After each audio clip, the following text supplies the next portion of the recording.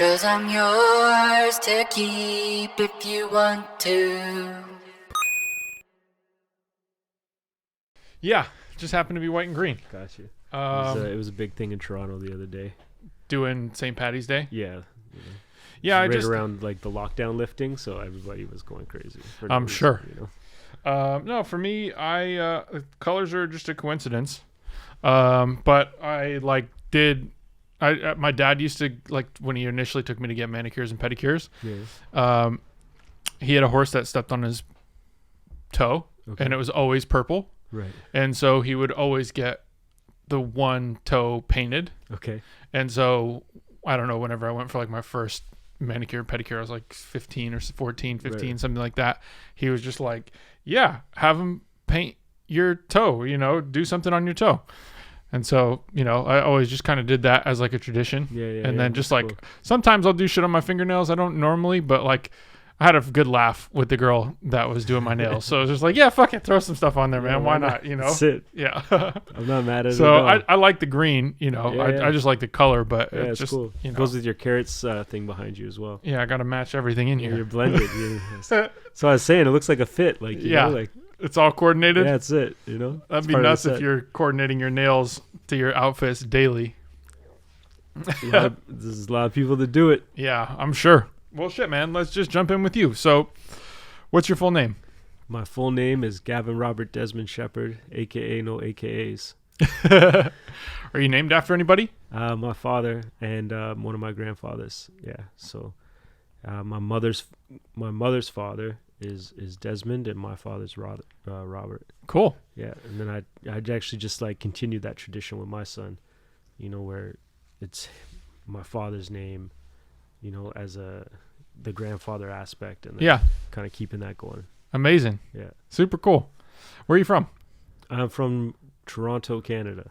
Born I and paused raised. for a second because I wasn't born there, but I was raised there since I was 3 years old. So Okay. I'm a Toronto kid, definitely through and through. Sweet. Yeah. What was it like growing up there? It was, kind of like the movie Kids. If anyone watched the movie Kids, it was definitely relatable on a lot of levels for sure. Toronto is known as one of the most multicultural cities in the world, and Lakeshore, the community that I'm from, is definitely a very diverse community. Even within that, like you had a mosque, an Indian Shakti temple, a Jehovah's Witness temple, like a Korean Presbyterian church, like all within 4-block radius of each other. Whoa. So we all kind of like grew up together in the mix of things. The Caribbean Canadian building was at the top of my street, the Kerry Candy building. So it's like there's also, and then also across the street was called Newfie Corner, which is like Newfoundland is like East Coast Canada, like fishing kind of community. Cool. So it was like that whole world, they all collided in that one space. Yeah. Awesome, man. What did you do? What kind of stuff were you into when you were younger? Like, what was childhood Gavin doing? Reading and playing sports. Yeah. I used to read like voraciously, and I haven't read a book in years, so I'm not gonna lie. When I was a kid, I'd read like, book, sometimes 2 books a day. No way. I'd be reading a lot. My mother used to work at the library. Cool. So I'd spend a lot of time up there, when I was really small, and then growing up just being around, books. My father was a writer, like a journalist. So language and art was always a part of it, because my mom was a painter as well as working at the library. Cool. And so she'd constantly be painting, doing shows, stuff like that. So I kind of came up, around just the word and the art. Dude, that's awesome. Yeah. Do you have siblings? I do. I have a little sister. Who's one of the funniest people I know. Her Cool. name's Johanna. You guys are close, obviously, then? I mean, we should be closer in terms of like how often we talk, but we're close in terms of our relationship. Cool. You know what I mean? I'm always like, life's getting away from us. It's crazy. Yeah. But we definitely have a great relationship and always have. Awesome. Yeah. So growing up, it was books and sports. What sports? Hockey, football, a little bit of basketball. Did you ever look into any of those as like a professional career? First, second hockey. I was playing like really competitive up until grade 11. Oh, And nice. then, I was like, you know what? I'm probably not going to make the league, My home games are Friday nights. My home practices are Sunday mornings, which means I can't go out Saturday. Like, I'm playing 3 times a week, practicing twice a week. That's 5 nights out of the 7 I'm on the ice. Like, why am I doing this? Like, everyone else is going out and having fun, you know? Yeah. Like, everyone else is going to parties and doing different things. And like I said, I played competitive and I played at a high level in that, but I wasn't going to the league. You know what I mean? Yeah. There's still one more level on top of that. There's like house league, select, single A, double A, triple A. And then I was playing double A. So I was just like, I'm out, bro. My coach was a madman too. Like, he actually had been drafted for the major leagues for baseball, and then unfortunately he had lost his leg in the year before he got to actually start. Whoa. So like right after he got drafted, he got into an accident with a drunk driver. The guy had no insurance. He lost his leg, basically got nothing. And so he was a talented athlete in his prime, but he was just a guy that had a lot of unresolved issues, like Sure. a lot of pendulum swings, and Yeah. and I had to deal with a lot of like kind of just like verbal abuse and madness, and I was just like, yeah, I'm out. I'm losing my weekends for this shit. Like, Yeah. I'm cool, man. I'm gonna do music. Like, So you just jumped right to music from there? I mean, I was already involved. Like, I started selling mixtapes when I was 14. Oh, cool. 14, 15, like from other DJs, not from myself, but I was just the kid standing at the bus station selling mixtapes, literally tapes. I want to get back to that, but I'll jump in all the way to what your first job was. My first job was actually IC Visions, the precursor of the Remix Project. So it was a community program focused around hip hop culture. And I was 18 when we started that, 19, and 18 turning 19 like that year. And then I worked as a busboy outside of that in a restaurant, just like bussing tables and washing dishes and whatever at the same time. Crazy. Yeah. So how many people were involved in launching that at the start? IC Visions, that was like, a lot of people got on board as we were getting started. Initially it was just me. Like, I just like, not weird about it. It just is what it is. Like, I had this idea. We used to go to basically, the story is like, I used to go to this community center in the neighborhood for a long time. And one of my boys was from New York, a guy named Steve Burke. And he was kind of this charismatic guy that we would all rally around, for better, for worse. And we'd always be going to the community center. And one day his mom came up after some things that happened and was like, "You're coming back to New York with me." And so when he left, kind of that whole scene just dissipated. You know what I mean? It kind of fell apart. And it had become, my social circle, become my world, like outside of the house. Like I said, I played sports, but I was just reading, like I wasn't really out there socially. And so when that spot went away, I was like, well, how do we get people back? And again, a very kind of diverse neighborhood, very diverse community. And the one thing that like all of us were into was hip hop, and there was like, and when I say hip hop, I mean like the culture of it at that time. This is like the late 90s.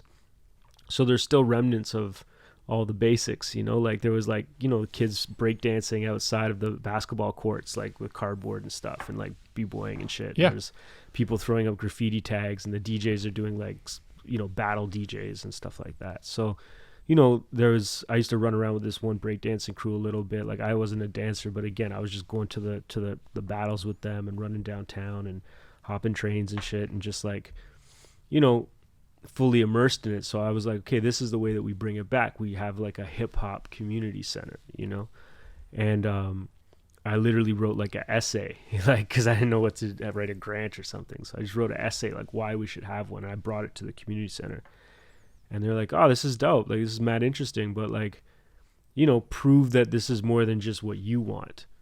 And so we went out, we did surveys. I did surveys. I went to like the local mall, I went to the movie theater, different spots to get people to fill out these little surveys. And I had a couple friends help me out here and there. Brought it back to them. They asked us to do a focus group. We had no idea what the fuck that meant. Yeah. What, or any of it. Like, I always say, the same joke, but it's real. Like, I literally remember looking at them being like, we have a group, we're focused. Like, well, I don't understand what you want me to do. Like, This is like, like didn't compute. And so we actually, you know, we went out there and we said, okay, free food, and there's going to be a breakdance battle at the spot. You know, we advertised a big like barbecue and all this stuff. So we literally brought everybody there, and while people were eating, we like locked the door, and we were like, okay, I'm gonna ask you a few questions. You can eat the food, you can answer some questions. Like, this is what we're trying to do. Laid out kind of the vision, the game plan, and you know, like what was supposed to be like a half hour, 45-minute conversation turned into this like hour and a half, like passionate debate. People standing on top of pool tables being like, that's a stupid idea. And others like, I love this shit. And it just like, you know, the energy was amazing. And the people from the community center saw it. They were there and helped us basically plug this initial essay, the survey information, and then the notes from the focus group, and realizing, look, they'd put me on this path. We've now got all the elements we need, and we sent it off, and we got back the first 2 grants we applied for, small amounts, started like 1 day a week, you know, for that first year, then 2 days a week. Then, you know, consecutively got longer until about 2005. By this point, we'd opened a little recording studio in a small business center. We were using our salary to pay the rent there, and then we'd make our own money by engineering the sessions after hours. Sure. You know what I mean? So, yeah. Cool hustle. Yeah, that's how we got going, because we were like, nobody wanted to pay for the studio. We couldn't get a grant to do it, but we could get our salary paid for. So we're like, we'll do 2 days a week, take that salary, put it into the rent, and then we'll make our own money for the other 5 days, because we rented the spot for a month, right? Sure. So, you know, we just started doing sessions, and kind of taught myself Pro Tools out of necessity, you know. Nice. And I had no idea, man. That's awesome. Made a lot of relationships that way, just kind of doing sessions. And around that time, I got invited by a local DJ, who's actually, I shouldn't call him a local DJ. He's an international DJ. He's like a phenomenal guy named DJ Grouch. At the time, well, assuming. he's local to us. He's around, but he'd already won battles at like, you know, the Western Hemisphere champion for the DMCs and shit like that. And he invited me to do this radio show. And around that time, I got into doing college radio with him, and I was like probably 18, 19.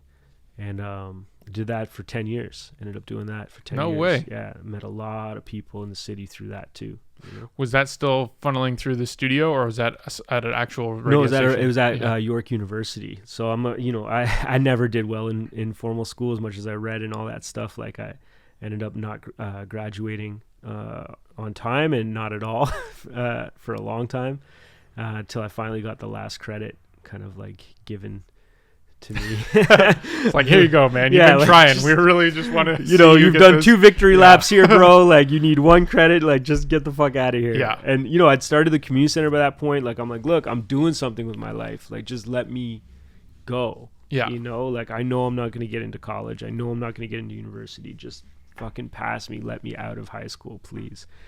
And I actually never went back to my last semester, like halfway through.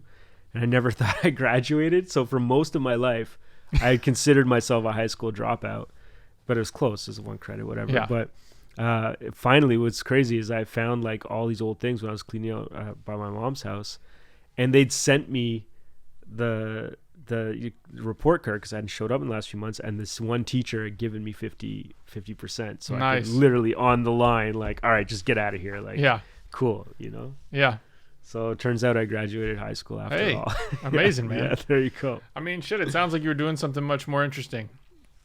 For me, it was, you know, absolutely. And it was, you know, I'm a big fan of learning through your passion, you know. And totally. Couldn't agree more. Yeah. And so that for me, like, I was getting an education in terms of like building a budget, building proposals, you know, managing a small staff, just 1 person, but a bunch of volunteers.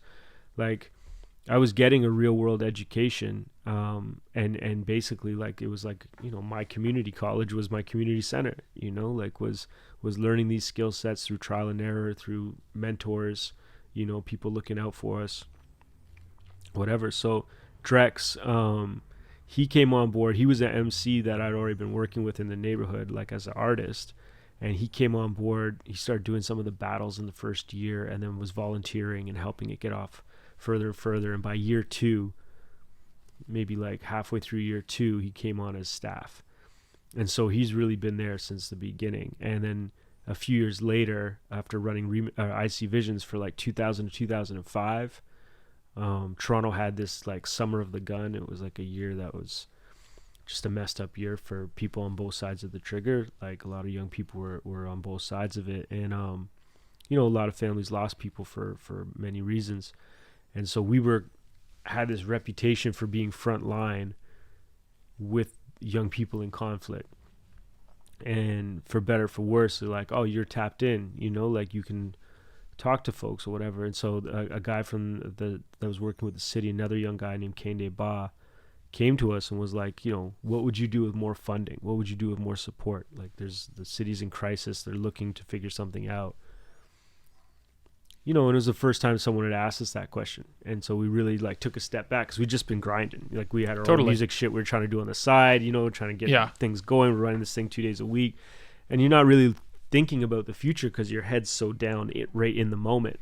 And it was the first time we really took a step back and started looking at like what worked, what didn't, what could we wish that we were able to do, and started drawing up the blueprint for what became the Remix Project. It was literally the remix of IC Visions is what we were calling it, because we didn't have like a name for it. I didn't know what that was. We just didn't have a good name. So we were calling it the remix of the IC Visions Project as a joke.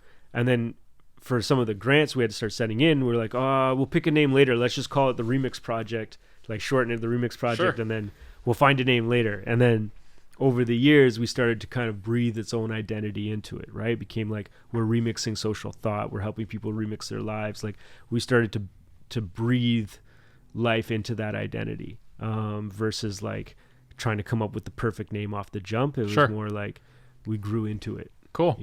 Yeah, I love that. That's amazing, man. Yeah. So that, I feel like that has just been your pretty much like sole focus. It sounds like since like 18 and on.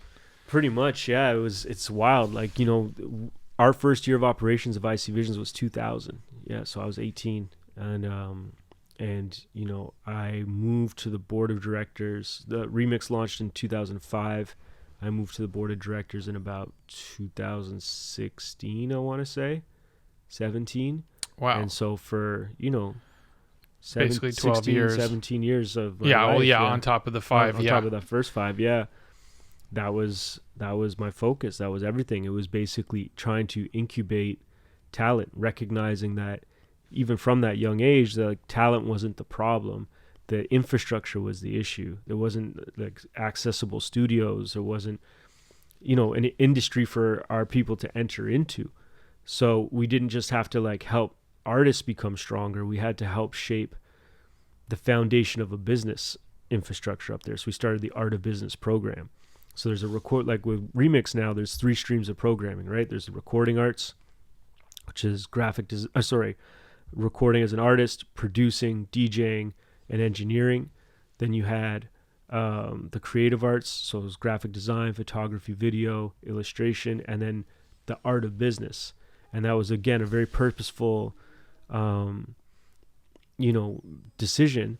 And it was like, we need to invest in who are going to be the business leaders of tomorrow, because not in the next 2 years, but the next 5 or 10, we're going to start to see people step into the roles that just don't exist here, and that start filling these gaps that we need for the creative community to get out into the world. Man, that's amazing. So yeah, it was definitely like a real like mid to long range vision of it, being like, we know that 19, 20-year-old person going through this right now is not necessarily going to step out and be ready to run a label tomorrow, but it's going to help start the path that folks are going to go down. They're going to start to learn the skill sets, build the relationships, build a network, and that hopefully, is going to set up for future success. So it's been cool to see, like in hindsight, how much of that has made a bit of a difference, Dude, it's, for me, learning about Remix in probably 2000, maybe late 2011, could have been 2012. Yeah. From Addy probably being my first connection to it. Yeah, one of the greatest ambassadors we've ever had, for sure. And then all the, Rich and, I don't know, I'm assuming maybe it was Junior and Crook and all those guys also came from it, or they were just branch related through the relationships. Yeah, like Rich was in it. Crook and Junior were actually in around IC Visions times. Like they were pre-remix even. Okay. And then Rich was in like round 1, and Addy was in round 2, and then helped bring half of round 3 to the program, like recruited, like Fresh Get Fresh and Photo Will and a lot of people. Like over the years, we used to laugh. We'd get like, you'd have a application form, and at the bottom of it is like, who recommended you? And we're like, bro, like 30 to 40% of these applications say Addy, and there's like 200 applications here. Like this is crazy. Like what the hell? So Addy opened the doors for a lot of people, connected the dots, and really helped get the name out there, and like was instrumental also in like helping build that sense of community that it's become famous for. I would say that he was like a big part of that as well in like into the early years, and then past that, taking the ethos and like living it, in his own life, and starting things like Riot Club, which is again dedicated to incubating talent, building community, creating opportunity. Yeah, man, it was really cool to see, but definitely shout out Addy for all that. Oh yeah, of course, man. So you're going through all this, and it's like, I mean, I guess 18 you start, 23 you kind of run into like, we're gonna get money and now have some opportunity. And in your mind, what's the strategy for like addressing that? Where they're just like immediately like, there are these growing pains we were already having, so we knew. And obviously you had the 2005 year in Toronto, which was a heavy year. Mm-hmm. And was the focus solely on the gun violence? And it's funny because like our first grants were definitely like breaking the cycle, which is like breaking the cycle of violence. And there was funding from the justice like committee and the justice grants and stuff like that. We didn't get arts funding until like year 3 or 4. Really like a lot of it off the jump was like coming from justice and whatever. So it was, we were framing it as like, we're helping to build skill sets, we're helping to build transferable life skills that are going to help people become entrepreneurs, and also just giving people a safe space to come express like through their artistry, through their craft, and hopefully become a space to like, I guess address like the things they were going through, in a way that was palatable, in a way that you could talk about it. Because, in a lot of our communities, like folks can't talk about shit, or they feel that they can't talk about it. There's a stigma around like talking about the traumas that folks have faced, or what they're dealing with. Like you don't want to be seen as weak or whatever, but artistry allows for that space, like it's like everything gets suspended when it's in terms of like that judgment really on a lot of levels, and when art walks into the room, and so it's like you can become to have conversations that you otherwise wouldn't have had. It opened a doorway, and so we, that's kind of how we framed a lot of it. But for us, we were always just trying to build an industry and get on, like it wasn't like, there's definitely some positive reasons for the things that we did, and we definitely cared about and became more aware of our social surroundings and lived realities compared to other people. But the goal was like, let's make Motown. Like, and so moving into that chapter, how did that progress? Like the creative music creation and industry building side. Yeah, I mean, it was great. Like the folks, the small industry that did exist prior to us, because of course there were people that were there breaking down barriers before we were. They really embraced, remix, and came to like give talks. And so we would constantly have people. In the early days, we would barter. There's a guy named David Cox, Click, who's like a big brother to so many of us and kind of a godfather of the scene in general. And he was working at BMG doing street promo. And I remember saying to him for our first business workshops, I was like, look, you want to put up poster boards in our neighborhood, you want to put out flyers or whatever, you want us to do it, that's cool. I could put them in the community center, but I'll also hold down the West End for you. You guys have no one out here. I'll go to the schools, I'll get it done. In exchange, though, you got to come talk to us about street promotions. You got to talk to us about street marketing. And then he came and did that, and then got some of his peers to come about national marketing, and then some people from the A&R department to come in and talk about A&R and what does that even mean, and so that's how we started this informal series called The Ropes, which was the precursor to our formal kind of business program that started. But it was always hand in hand in terms of arts creation and business incubation, like all the way through. And so we just continued to level up as we learned more, as we got more connections. We would just constantly have this like idea of radical sharing, you know, where it's like opening up any information I got, and a connection or a relationship, whatever, like just sharing and growing and that helped develop the sense of community a lot too, because we were learning in front of each other, you know, and not trying to pretend that we knew more, or not trying to hoard relationships and hoard kind of connections, because I think a lot of that core community really understood that like the more our peers got in the door or got on, the more that door widened for the rest of us, you know. And that was like a mentality. It wasn't like the crab in the bucket mentality that exists in so many spaces and continues to, like in our city as well, in different ways for sure. But for that movement, it was really the antithesis of that, where it was like, nah, like if you make it, that makes it easier for me to make it. And that was understood. And so we were all pushing each other to be better, to do more, and kind of like keep each one teach one, each one pull one up, you know, and keep it going. That's awesome, man. Yeah. That's such a cool just foundation to be building. So who were some of the people, whether it was from an artist standpoint, a producer standpoint, a creative standpoint, that became like your early success stories that you kind of like got to watch really build into like seasoned career professional heavy hitters? Because I'm sure there's a lot of really amazing stories of people who started from Rich Kid is an awesome one for sure, you know, like from the beginning. He came in as a music producer.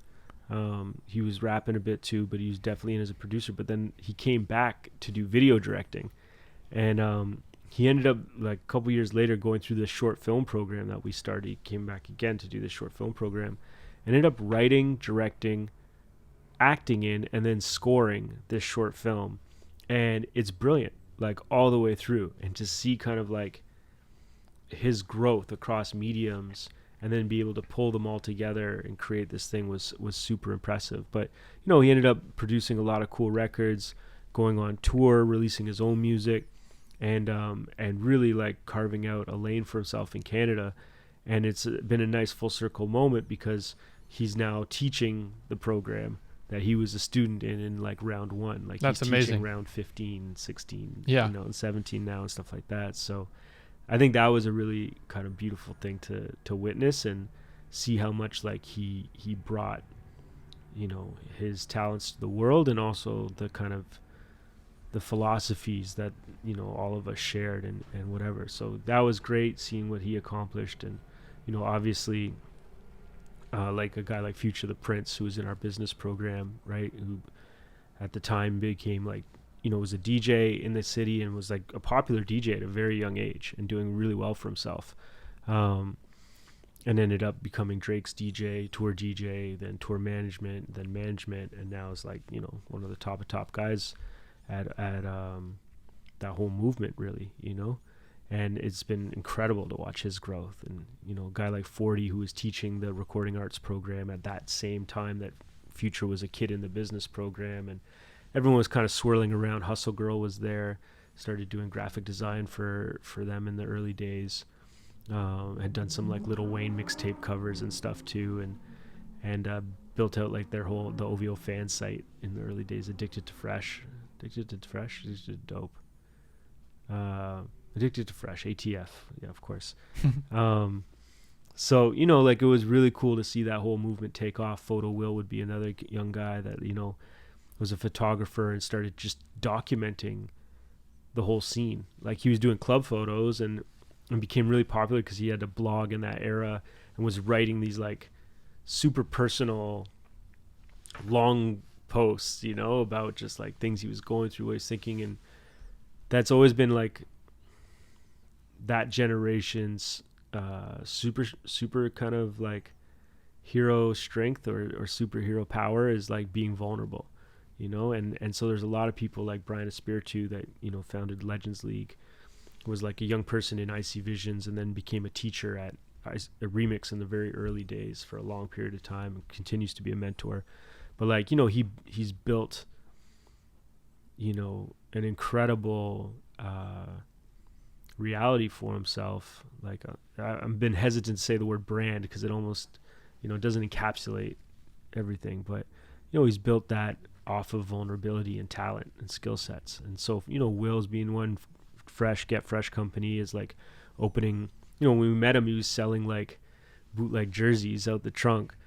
10 years later, he's doing official Mitchell and Ness collaborations and launching it at the Raptors playoff games. Like, talk about a fucking come up. Like, he's got, just incredible to see what he's been able to accomplish, like coming in, trying to get into wardrobe styling, and then having bricks and mortar, storefronts and selling your brand and partnering with Puma and doing all sorts of things. Like, just inspiring. Jessie Reyes, of course, like Wonder Girl, Francis Scott Heat. Like, there's a lot of people that have come out of that space over the years that just continue to astound me and raise the bar in so many ways, both at home and even internationally. Yeah. Dude, from a distance, for me, from 2011, I caught a lot of the journeys of some of those folks and met some of them super early, whether it was through you or through Addy or through Drex or whoever was coming down here. And it's been one of the most inspiring things I have learned about in my lifetime. Wow, that's awesome. It's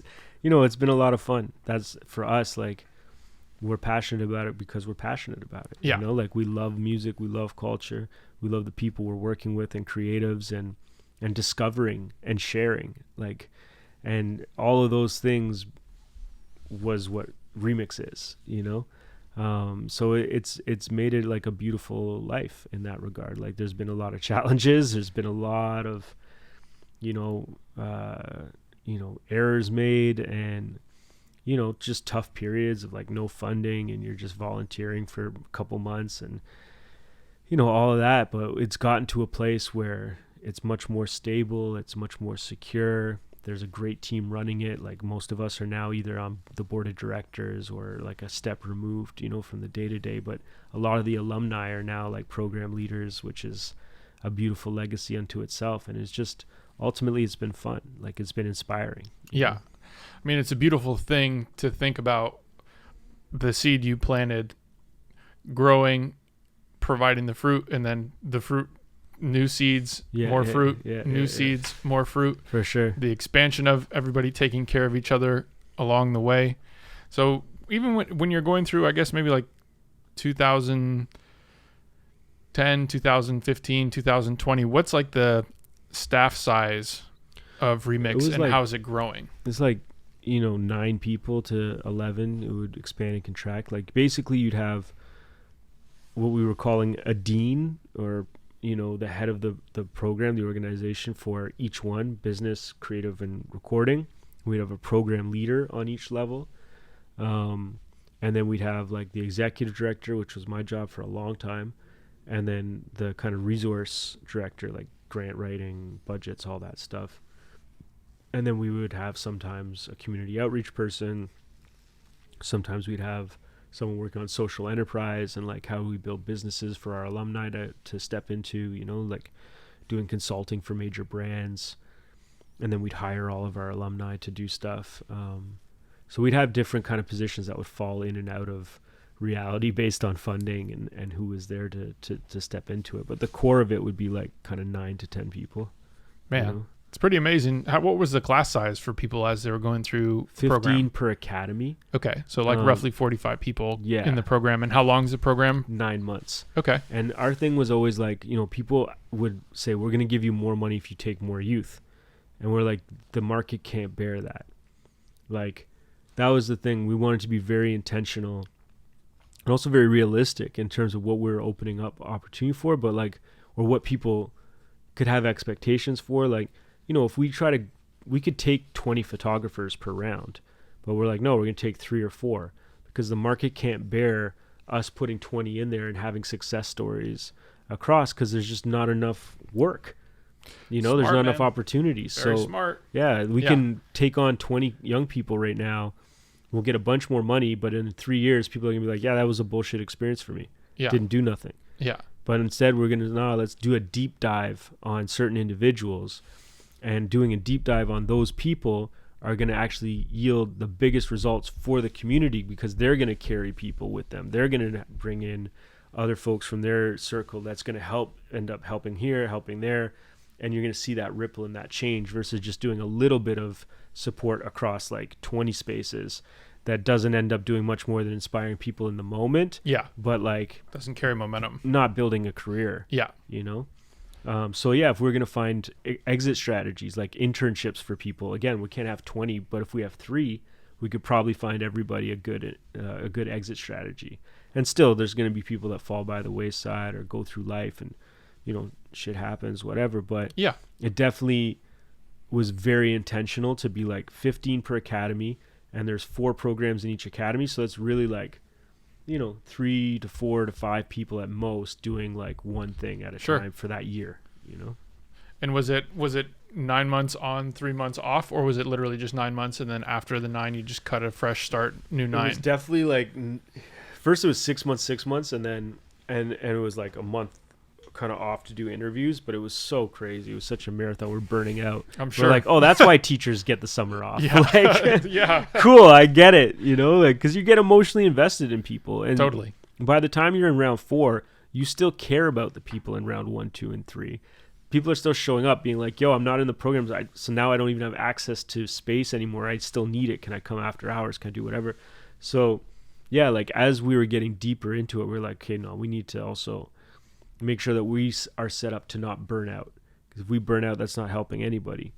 So there's a little bit of a break, not a lot, but a little bit of a break that happens over the kind of holiday season in the winter.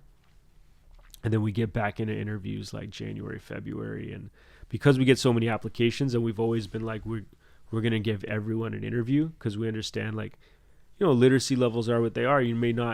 Someone might be incredibly intelligent and driven, but not necessarily confident in writing out this application form. Totally. You know, so we were like, no, we need to do face-to-face interviews, and we would really make decisions. Like, we'd look at the application, but the real decisions came after doing 1-2 rounds of interviews, whatever, whittling it down. So now getting 1,000 applications for 45 spots. Yeah. It's intense. You're doing 2 months of interviews, you know, yeah. and like 9 of them a day or something like that. It's just crazy. Yeah. Yeah.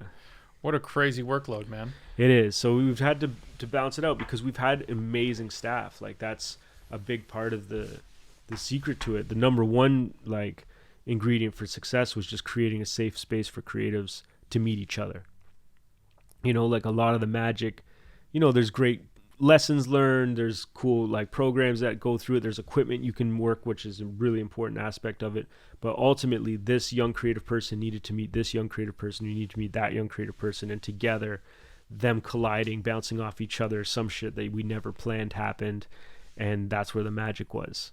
You know, so that was the most important thing. But the staff also have been incredible. Like, I'm really proud of the teams that we've been able to curate over the years, and as people leave, more people step in, and it's just adjusting to what our strengths and weaknesses are, right? Like, we always, when building a team, you always have to look at what your weakness is. You know, like, you have to acknowledge your strengths, but you have to look deeply into your weaknesses. Totally. And then be like, okay, this is where I'm weak, so this is what I need. Yep. Right? Mm-hmm. Again, that's being strong, is admitting your weakness, and then knowing that this is how I build a team. You don't build a team from, you need another you. You know, you don't need another you. You're you. Yeah. That's all you need. Yeah. You know, you need someone to allow you to be great. And the way you're allowed to be great is if someone's picking up the slack where you're not, you know, and stepping into that space. And so we've built teams based on, you know, our holes, our weaknesses, our gaps. And as a result, we've built like an incredibly strong kind of unit, you know, that can kind of step in and maneuver through different situations, have different contacts, relationships, whatever. That ultimately benefit these young people and benefit themselves. Like, the staff themselves, their alumni stories are crazy too. You know, like 40 being an example. Daniel Daly from Division was teaching recording after 40 left. Like, he was 1 or 2 teachers later, but, you know, he was a staff person as well. Jesse Reyes was a student of his in the program. Raheem was a student of his in the program. Lemon, they were all like recording after hours. But, you know, folks like that, folks like T-Rex, Tyrone Edwards he was our business program leader. He's now like the host of E-Talk and CTV, the big, like massive news station, and doing entertainment reporting and all that. Amanda Paris, who's our community outreach leader for a long time, is now like a big voice at the CBC, which is our NPR in Canada. Also just like writing a web series, short films, a book, like hosting a radio show, like on a national platform. Like, she's incredible. So it's been really amazing to see that not only did the young people, that's the participants, need that space, but so did kind of these young professionals that didn't have a steady check, that didn't have a steady place to work from. With all these resources, like, we'd be like, look, we know we can't pay you what you deserve. We're going to pay you as much as we can, but part of the benefits of working here is after hours, you can use this as your office, you can use the studio, you can use this. And so you saw a lot of these young professionals also take off out of that space because they were, marrying their passion with their kind of day-to-day responsibilities. Totally. And then after hours, being able to refine it until they were ready to go. Yeah. And then we lose people to success. Like, that's a beautiful thing. We go and hire the next person. That's how it's supposed to be. Yeah, that's it. So that in that same theme, you start looking at 2017 stepping down from director, moving to board of directors, the path changes for you. How? I got kind of pulled into starting another incubator, but that was focused more on like web series, film, television, things that I was personally interested in at the moment as well. Also had a music component, an art component, but it was like a massive media corporation that wanted it going, and that basically wanted to create like a farm system that was community based to discover and grow talent that could then become like help staff writers' rooms, or a web series could become a television program. And they would throw like, decent money for us, but nothing to them. Like they'd spend $1 million on a pilot episode of a TV show, right? Yeah. Like, so giving us $1 million to run this space was like, it's a safe bet. You're going to get 10 ideas and 15 other things out of it. So I got pulled into that with someone and helped really launch it, get it off the ground, build it. And within a year, it fell apart. It was pretty heartbreaking experience. There was a lot of different factors that were pulling at it, and partially it was just so radical in terms of its vision and its desire to just really support artists and not like have any rights over it or whatever. And it was just based on goodwill in a lot of ways that people in this corporation would like eventually benefit, because you've built all this goodwill and now these people want to work with you, versus you own all their IP as soon as they came in the door. And now people are like, I don't want to fuck with that big scary monster over there, Mm-hmm. But again, looking at when it comes down to accounting and looking at like how this works, you can't be like, don't worry, the magic's happening. Yeah. And they're like, cool, but profit and loss sheet is not happening. It's not happening. And what's wild is like, a year after that, A Tribe Called Red is winning all these awards. And when's the video that was produced through there is winning like music video of the year at our awards ceremony. No way. Like young Pyrex gets signed to Def Jam. He's like one of the talents we were working with, so there's like Devry Jacobs, ends up we did her short film with her.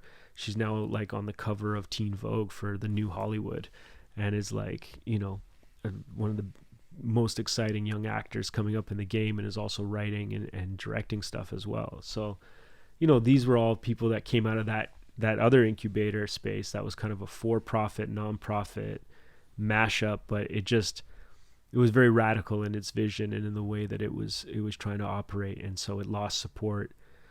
And it was at a particularly tough time for me, because it had lost support, and a lot of like just played out not in a great way in terms of like, just how it was dealt with. And personally, like through the community, through these young artists that I knew and people that I'd started to care about, like another kind of like flare up of violence had really started around that time. And we lost a few friends, that were killed, and other people shot and injured, and So it was a really kind of like weird, heavy time. I was like on the couch for like 3 months just trying to wrap my head around it, like just fucked up over like how this, I'd left this remix space and I joined the board, so I'm still like attached, but like what was my comfort zone it's gone. to step into this other thing, and had this incredible opportunity, and then it kind of the rug got pulled out. And as that's happening, like this person who you care about has been killed, and then this person's been killed, and this person's been shot, and people are looking to you to step in because you've been a leader in the community on a positive note. And so they're like, well, we got to turn this around and whatever, and everyone's traumatized. And it was just a really heavy time. I was like seriously fucked up for like a couple months, just like not leaving the house, watching series and trying to wrap my head around it. And but bills have to pay, like, and eventually you got to figure it out. And so we got back into it, and I started a management company and an agency doing some creative work that was similar to the last one, but like we're just fully independent.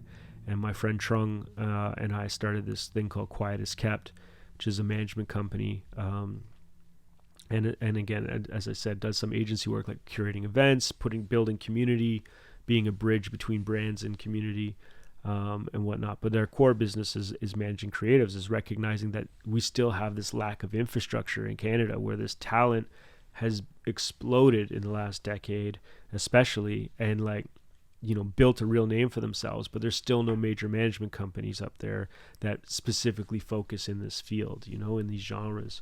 There's still no booking agents. There's still no radio, like outside of one station in the entire country. So wow, stepping in, like we started Quiet as Kept, and then had the opportunity to start an independent record label called Public Records, which to me is a continuation and extension of the life's work of like incubating talent, taking people from 0 to 60, and then allowing them the ability to either continue to work with us or step out into the world now that you've really got some heat generated around you, and go leverage that opportunity that, we might not be able to give at home for lack of resources or whatever, So that's kind of been the focus. Is Quiet as Kept is like, you don't need to know us. We're in the background. We quiet as kept, like whatever. And then Public's like, hey, look at us. We're Public. Like, these are the artists that are exciting. They're important. We're building community around it and bringing people through. So that's been the last couple of years, is just like continuing that ethos of the Remix project of like developing talent, incubating talent, and helping get it out to the world, like things we're excited about, people that we're proud to stand beside, Dude, I love that. That's so cool. And then we turn the corner, hit 2020, and the world stops. Yeah. And our business is decimated once again. What was your experience going through that? I was tough, man. Like the first while, you don't realize what we're really getting into. And so you're kind of just like, all right, we'll just thug it out for the next little bit. There was some grants, like Canada's really good with grants. And so there was all these like grants that got made for artists and creatives to like keep afloat for a little bit. Nobody thought it was going to be more than 2 to 3 months at the most. And, they did a lot of live stream concerts and stuff like that. But a lot of our artists, they aren't used to that. They've never done those before at the time. And so a lot of it for me was like counseling people again, like, because everyone else is freaking out and you're the manager and you're trying to be like, okay, well, how do I help guide this career in this moment of a global pandemic with a lockdown? Your live shows, your tours are canceled. Like, there's not a lot of ways to generate income outside of streaming. And like, that's it's like the worst way to generate income. It's a very tough penny to make. So there's a lot of like counseling people and trying to figure out like, well, how do we diversify your income streams, or how do we, find supplementary money, grants, whatever, to keep you afloat. And then as the thing kept stretching, it was like, like we really had to pivot, and so we focused a lot on the record label side for sure. And in terms of the management side, was just continuing to create opportunities for our people to diversify their income, and also like just navigate being broke. Yeah. Like emotionally, and Yeah. like navigate that, and like, keep focused on the future, but it was a tough period. Like, it Yeah. was a very tough period. It's only very recently, Toronto was the longest city and the longest consecutive lockdown in the world. So, we had like 9 months of lockdown, and then it lifted for like 2 months, and then we went back into lockdown. Like it was bleak, Yeah. for a period of time, but it also forced a lot of new realities, and some of them have been quite cool. Seeing a guy like Francis Got Heat kind of evolve into being like a streamer on Twitch, and like building a whole community on Discord, and creating opportunities for young producers through his Twitch and his like his interviews and his live streams of like his cook up sessions, and then beat battles, and giving prizes to winners. And so it's really cool to see how a guy like Francis went from like being a very kind of like quiet, I'd say introverted, like reality, where he was always cool and always had like friends and a community, but like this kind of forced him to start like interviewing people on camera, and like just really honing different realities and skill sets, and like to see how he's evolved and stepped into it and thrived has been really inspiring. So like those are the kind of things out of the pandemic that have been cool, to see like how he's got to deal with Twitch now. He's got some monthly income coming in. Like he's built a community that's thriving and helping others. Like, so those things were beautiful, but yeah, it was absolutely tough. Like live was such an important part of our revenue stream, Yeah. and for that to go, like in terms of touring, but also us throwing events and throwing parties and shit, like it hurt, I can't imagine. I mean, but I also know firsthand from watching everybody that's been here and just watching the whole city of LA buckle to that as well. Yeah. It's just terrible. Yeah, man. It's, the only industry in music that really thrived throughout that period and continues to is publishing. Yeah. Like the Everybody publishers started writing. Yeah. And like the publishers themselves, like we're doing fine, because their catalog, music streaming has still continued to do very well in terms of how many things are being streamed. But a lot of that is catalog. We've seen all these studies that have come out being like less and less new music is being streamed. Yeah. A lot of it is catalog. Sure. So publishers doing well, TV still like thriving because everyone just wants to watch shit. Yeah. Can't go anywhere. So like all these shows and documentaries and syncs and commercials and licenses and stuff like that. So like the publishing industry has done very well. Like we talk about the music industry being decimated and falling apart from COVID. It's like, no, the live industry fell apart. Yeah. The music industry's thriving. The music industry's been fine. Yeah. It's been harder to break new artists. Yeah. Because you can't build community around them outside of the digital space. You can't put them on a tour to develop. That's what I've been seeing. That's been the hardest hurdle. Yeah. It's been really tough on that level. But again, like the music industry, like on the major labels and especially the publishing companies, like they're doing fine, Yeah. Yeah.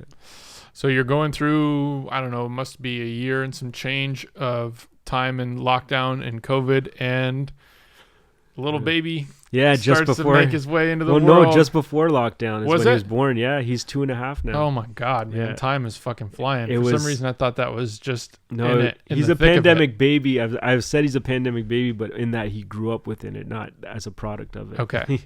So he was born, my son Idris was born January 31st, and was a huge game changer for me.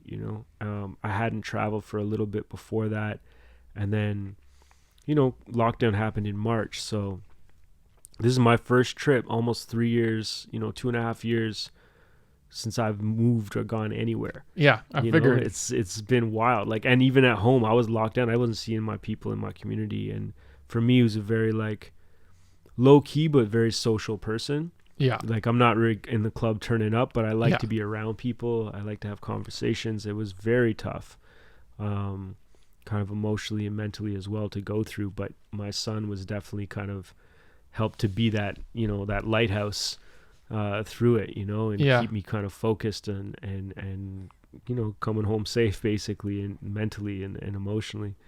And so it's been a pleasure. It's been a beautiful experience. It's been an exhausting experience. Like, this music business, we say we're used to grinding and bleaching up all night and whatever, but why, like, this this is another level of tired that I've never experienced, but it's been beautiful at the same time, so that's been a gift throughout this as well, and also help refocus in terms of, like, the work, like, yes, in terms of the grind of it, but also refocus in being that where I'm going to grind and, like, what I'm not going to give my attention to, because now this thing is more important, being my child, Of course. and spending time there and, like, making decisions based on that, so it's it's been like a very humbling and exciting experience all at once. Do you have like a routine? Like, do you have like a daily, are you a routine regimented person, like, to accomplish all these type of things that you've been through? Now starting to be more so. For a long time I was just reacting, and still have to do a lot of that, where I'm just kind of reacting and problem solving. I feel like most of my life has been built around just problem solving. That's what we call ourselves, the Make It Happen gang. Like, that's, you just figure it out, man. We make it happen. That's what we do. We say in our opening speech to Remix Kids, we're like, look, I don't care what neighborhood you come from. I don't care what you're affiliated with, who you're affiliated with, whatever. Like, once you come through the doors, you're part of the Make It Happen gang. That's what we do. We make it happen. That's the identity. That's the brand. That's the reality. Like, focus on that. Don't focus on the bullshit. And so, I've tried to obviously live that way myself. But yeah, it's been it's been an interesting, like, struggle to make it happen over the last little bit, but getting back into the world as we open up, I'm feeling good again. I'm feeling positive again. I'm feeling lighter, like, it's an exciting time all of a sudden. Yeah, it is. I feel that same kind of energy. So with that being said, I think it's a good, I don't know if there's any other things that we missed, but I feel like we did a pretty damn good job running through. Yeah. At this point, what are your main things that you're looking forward to, looking towards in terms of business and goals, rest of the year and going forward?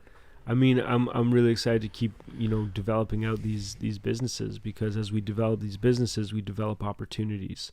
It's a business and an industry based on talent, people, human relationships, and experiences, so I feel good about building those things up, and by extension, all the rest of the kind of things that I named.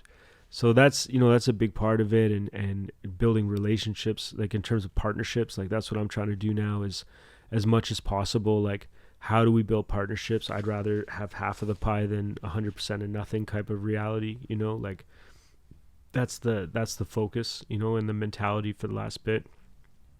Working within Canada, I've touched on, like, how there's such a lack of infrastructure. So we've really had to, like, leave to make something, but also to create champions that allow for things to happen, because with the lack of infrastructure and everything becoming increasingly data driven, there's no radio, there's minimal playlists in Canada. As much as they're like, oh, music's on the internet, yeah, but the DSPs actually operate in silos still. They have national, staff and, like, directors and whatever. So as a Toronto person trying to put music out in the States, you are now an international recording artist, and the international recording artists get second look over the domestic artists. The domestic artists get first look.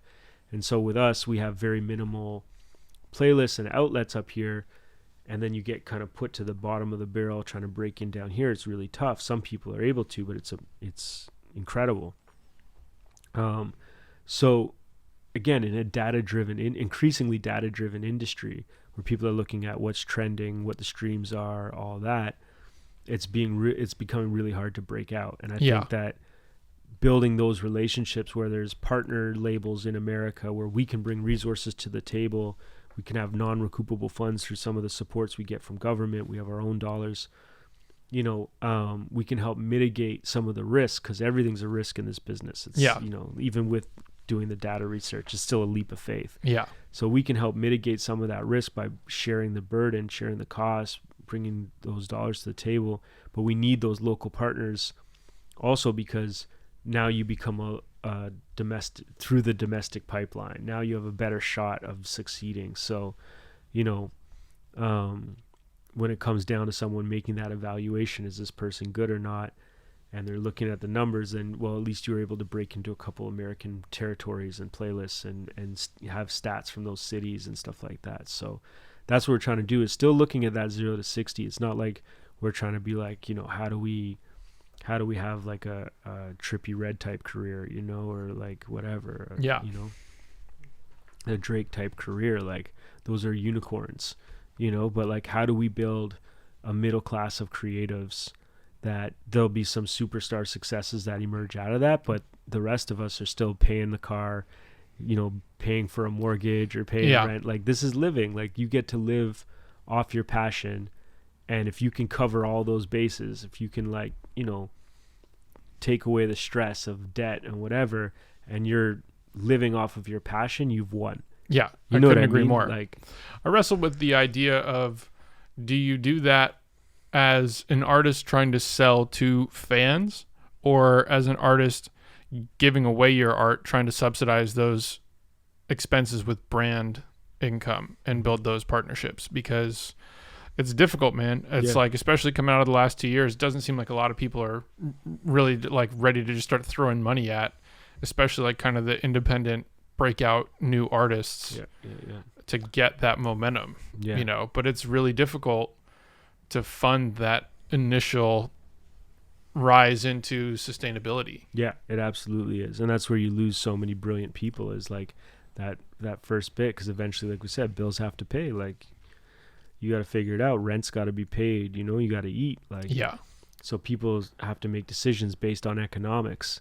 And that's why we've always tried to build these incubators that can be safe spaces that also subsidize the cost of creating, so we don't lose this brilliance. It doesn't fall through the cracks, like, because that's a danger for all of us. For the young person who gets increasingly frustrated and then implodes, one way or another, but for society as a whole, who absorbs that implosion or that explosion, but also misses out on the brilliance. Yeah. You know what I mean? That misses out on the excellence that we all could have benefited from. Like, whether that's through their artistry, through their business acumen, whatever, like, we're missing out on that. That is wasted potential. That's wasted opportunity for us as a society, not just for that individual. And so I truly believe that investing in young people, and specifically in young people that have a lack of resources, but have like a ton of drive and talent, like, that's actually like benefiting the world at large as a whole, like on a macro level. It's not just like hug a thug program, as some of these politicians call it. Like, it's like literally helping to change the course of popular culture, and by extension culture, by extension the world. Yeah. Well, dude, I mean, I know I didn't really answer the how do we as an independent artist thing, but it's definitely, it is a case by case scenario. I think it is about building. I do believe in building a fan base. I think, like, as much as you can get corporations like Red Bull was doing cool stuff where they would subsidize recording costs, and they would like rent a house and let someone record there for a year type shit, or for a month or whatever. There's definitely deals that you've seen over the years, like Apple Music doing stuff. Right now, it's Amazon. Like, Apple's been in the market, but they got in the market by spending their way in. Now Amazon's doing the same thing. Amazon Music is just throwing bags at people to do exclusive projects with them, so that way it would drive audiences over there. So there's opportunities for figuring out who wants to be in this space, and then how do we, because you have power as a creative, as an artist, as someone who moves culture. You have what the corporations want.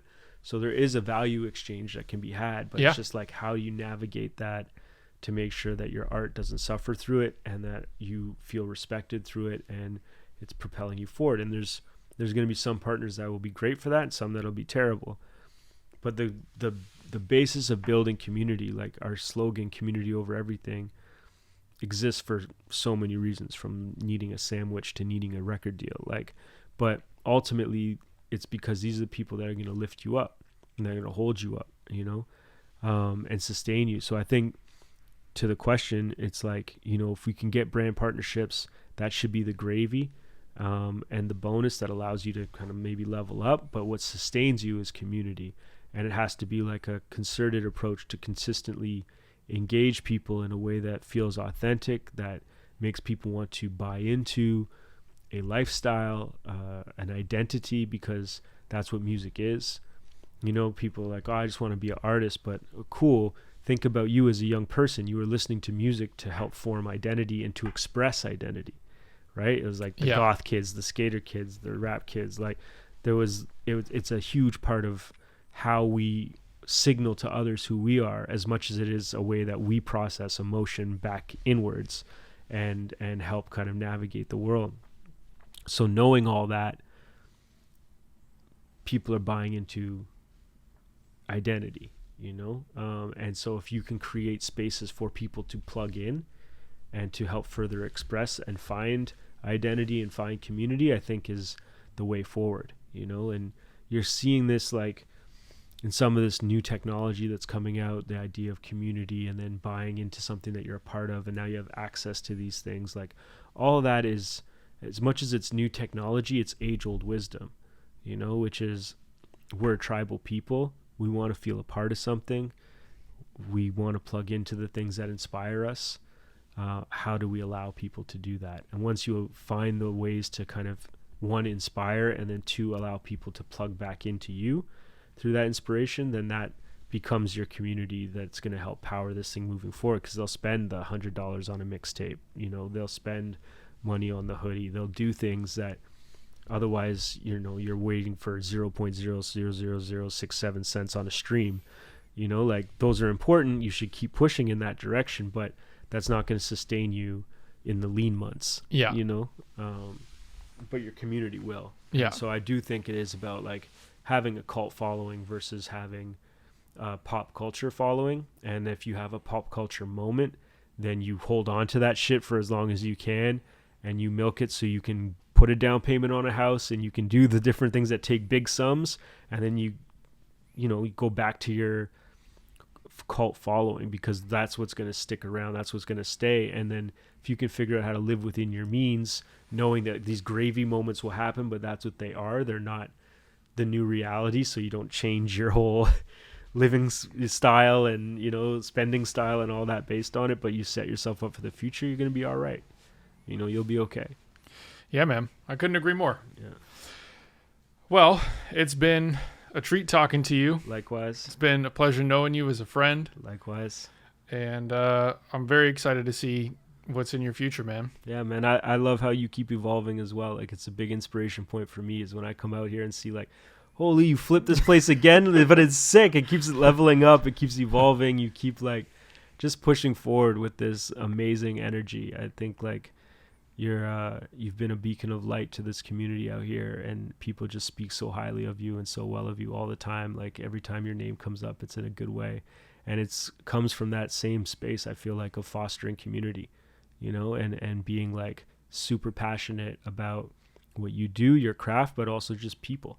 Yeah. And wanting to see good for them. Yeah. You know, and that's why I think we get along. It's that kindred spirit aspect as well. Completely agree, man. You know, it's completely definitely a pleasure, man. Yeah. Well, cheers. All right.